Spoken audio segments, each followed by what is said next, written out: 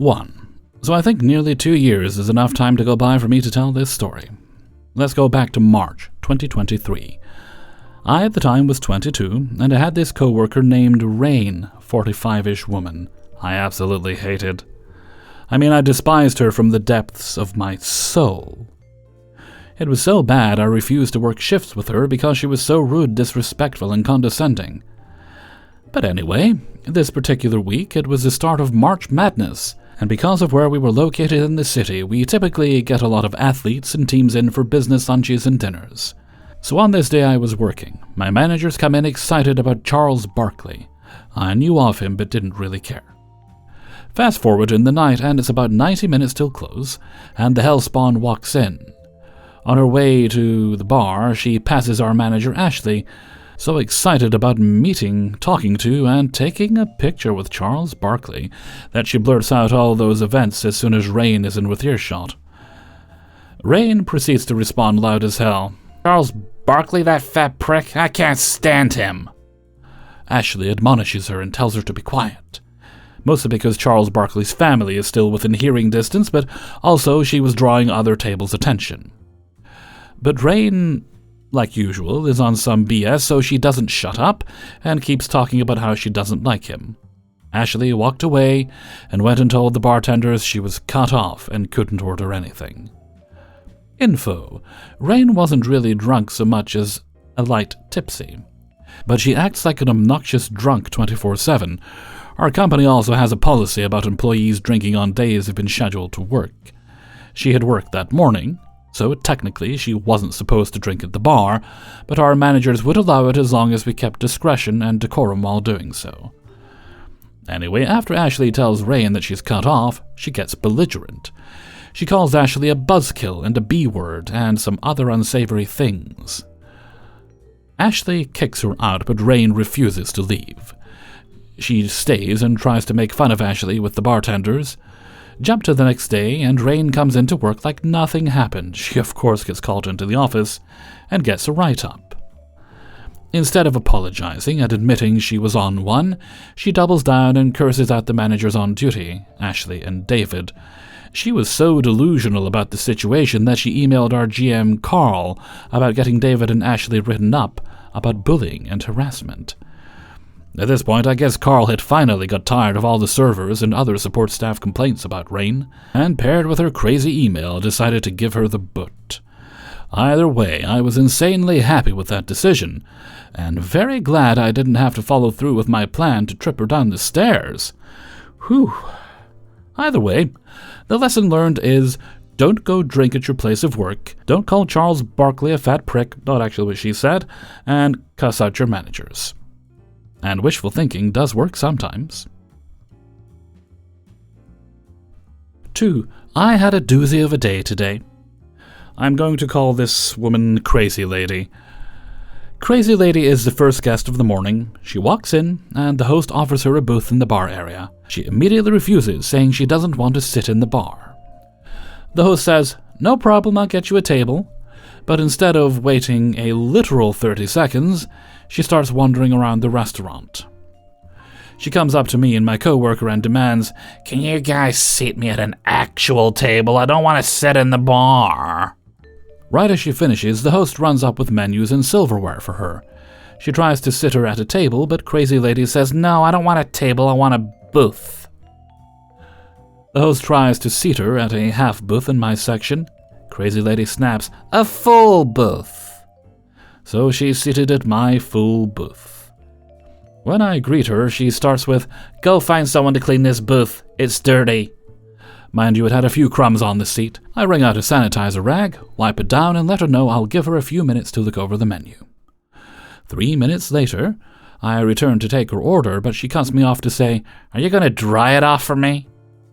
It wasn't wet, just shiny from the sanitizer, but I'm not going to argue with her. I grab a paper towel to dry it off.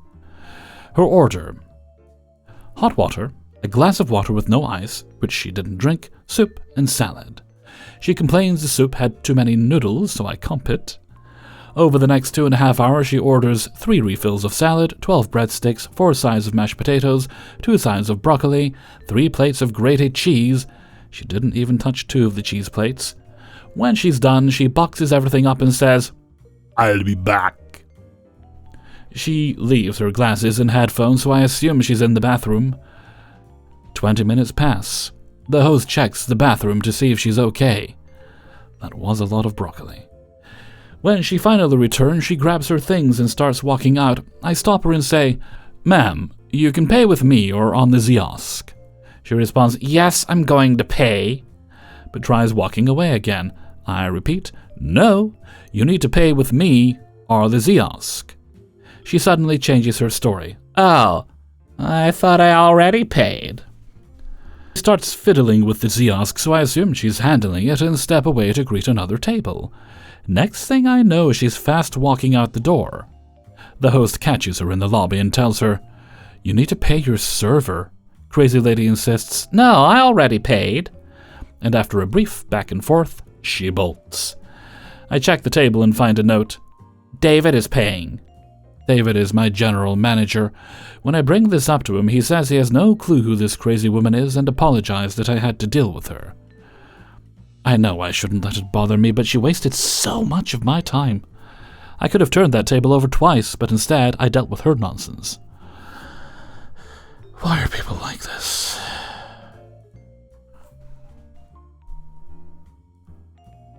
Three.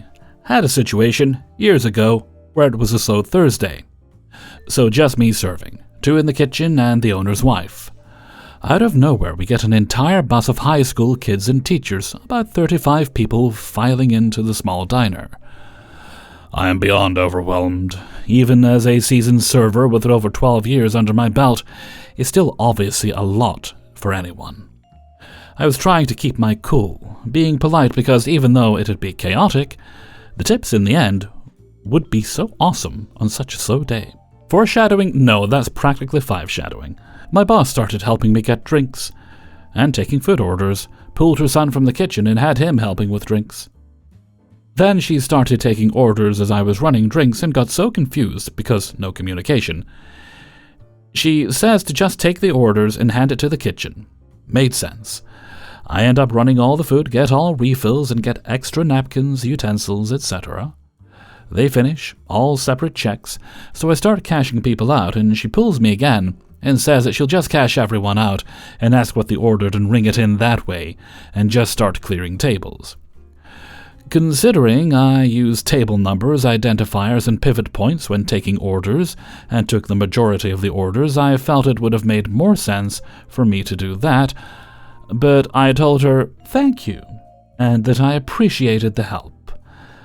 Some people left cash on the table, and I can hear guests as they cash out say how sorry they were and that I did a great job, all things considered. I collect the cash and figure that I'd ask how she wants to split the tips.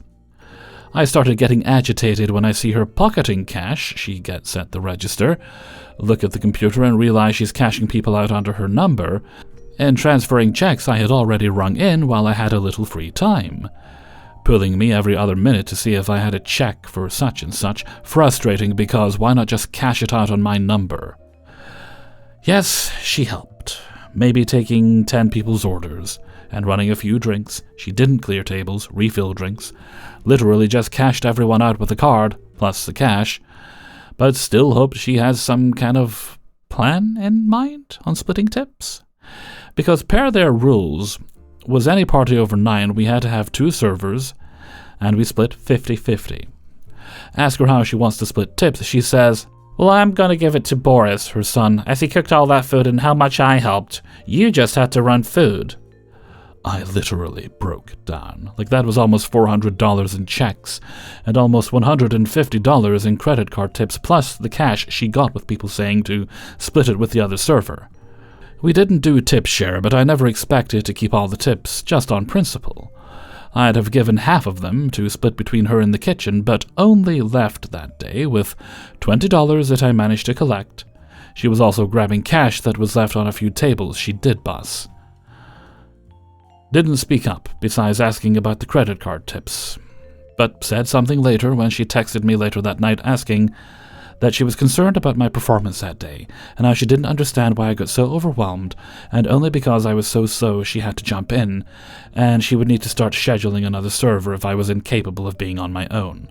Like, excuse me? I told her that yes, I was fine, besides losing out on over $100, and could have really used that cash, and feel anyone would have been overwhelmed in that situation. It's one thing to have a full house, but it's usually not all at once. I've done large 20-people parties for corporate dinners on my own, and with a prefix menu, but also prepared, and managers help with drinks and running food, but they get more hourly and didn't take tips. No, I didn't quit because I made good money and had the best hours, but wish I'd have stood up for myself more.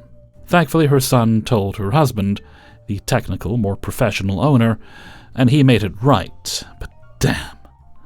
Never been more upset. Think her "Are you okay?" text was because she knew how upset I was and trying to justify it.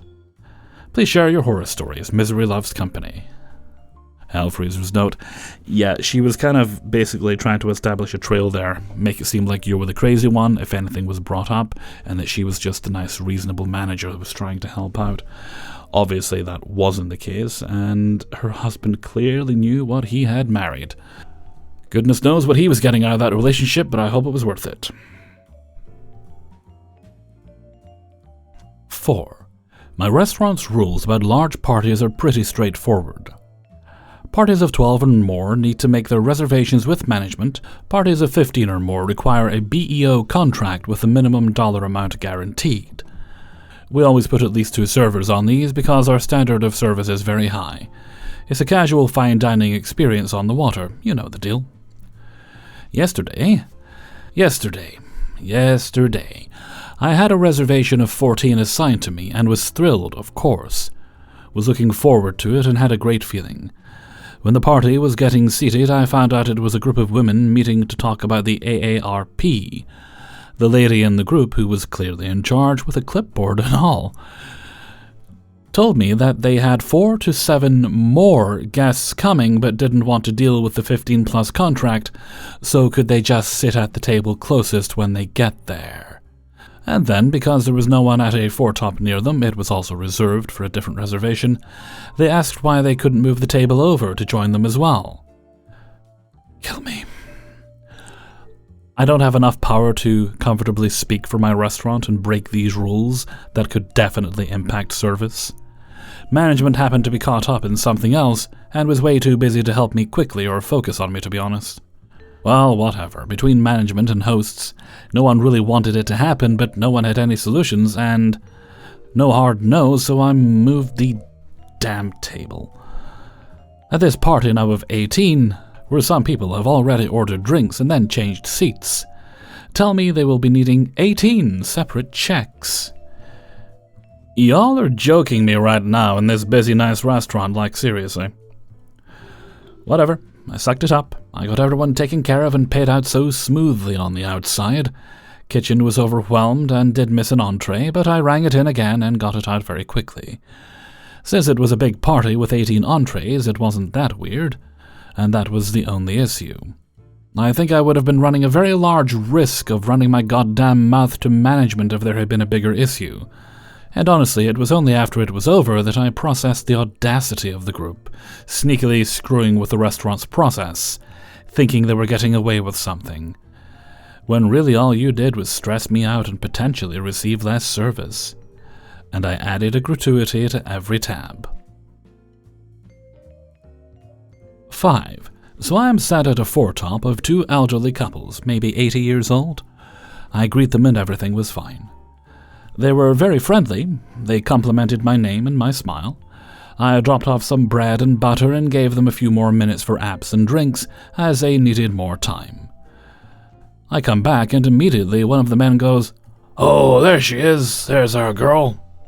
Okay, interesting. Whatever. I ask if they're ready for drinks, and he says yes and starts to order. We have a margarita on our menu that uses Hornitos tequila. It's called the Horny Marg, as it's mixed with cranberry juice, so it has a pink-red hue. He goes, "I bet you can guess what I'll be having. I'll have the Horny Margarita." Okay. Getting a little uncomfortable, but not a big deal. People make that joke all the time. I just awkwardly laughed and moved on to the next person. 3 of them had margaritas. The 4th lady got a glass of wine. She read aloud as she asked for the glass. "Yes, I'll have the Santa Margherita Pinot Grigio." The brand is called Santa Margherita. I drop off the drinks, and our margs come in shakers, so I shake the drinks in front of them and pour them out into the glass. The first man who made the remark earlier had to make a sexual comment about me pouring the drink in front of him. The other 3 at the table didn't say a word, and I'm too scared to set boundaries or correct a customer for saying something to me, so I again awkwardly laugh and walk away. I come back a bit later to take their entree orders, and the first thing the man says to me before I even ask, if they're ready to order, is, "Why, you're so skinny." I say thanks with a shy chuckle because where did that come from? I'm still polite with a smile on my face. I try to ask if they're ready to order, but the other man chimes in, "Yeah, I bet you stay so skinny because you don't eat." And the rest of the table laughs. Now, look, other people are not responsible for my feelings, and I choose not to react to that comment in any manner other than brushing it off with a laugh. But the crazy things that boomers will say is out of hand. I struggled with a serious restrictive eating disorder, and I still fight day-to-day battles with eating. I just don't think anyone should make those types of comments to a stranger. It's weird. People close to you might make a little joke like that, and I'd laugh. I chose to thank them for the compliment they made to my body earlier, but saying something like that, I don't know, it threw me off. It's just weird to say that to someone. These older people have no self-awareness. The older ladies also said something along the lines of, "How do you stay so thin?" And when they ordered, they claimed they were getting apps as their entrees as they're not that hungry and want to stay skinny. Again, unnecessary. I took the rest of their orders, and before I walked away, I asked if there was anything else I could get them. The main man who made the comments earlier said, "A beer and a smile." I'm actually a very smiley waitress. I do my best to act happy in front of my customers, even when I'm not. I asked him to specify what beer and gave him a big cheesy smile. I returned with his beer, and one of the older ladies asked for a second glass of wine. I brought the wine to her and again was asked by the man if I could give him a smile. Now, this table was already weird, but trust me, it gets worse. I go to check on them after they'd gotten their food, and again, before I could even ask them how everything tastes, the man who made all the comments before says to me, "So how's your sex life? With a body like that? Whew." Nobody at the table said anything. A few neighboring tables looked up, but minded their own business. The comment took me by surprise. I honestly didn't know what to say. Again, I'm a shy person. I'm too scared to stand up for myself. I just say, "Oh, I don't think I should answer that. How's the food, everyone?" That's when one of the ladies told him his comment was inappropriate. As I'm about to walk away, I'm told by him to give him a smile. I'm already smiling. I had been smiling the entire time, trying to brush away the awkwardness with a shy smile and a dry laugh, so for him to keep asking me to smile is super weird. After they're finished, they ask for some boxes, and again the ladies make another comment about how they can't eat too much and need to save it for later. Whatever, I bring them the check. I come back a few minutes later, and they said they had an issue with their check. Now, remember at the beginning when the lady asked for the glass of wine? She asked for the specific brand we had and even said it out loud as she ordered it. I asked the table what the problem was, and they pointed out Santa Margherita on the bill, stating they never ordered that margarita. I explained and reminded her that was the brand name of the wine she had. The table was still confused, and I brought them a menu to show them the name of the wine. They finally understood, but then she inquired why there were 2 of them on the bill. I gently reminded her that she ordered a second glass of wine, to which she argued that she hadn't. Luckily, when I had taken her empty glass and replaced it with a fresh new glass, I forgot to bring the glass back to the bar, so it was just sitting on a nearby shelf close to the table and the server station.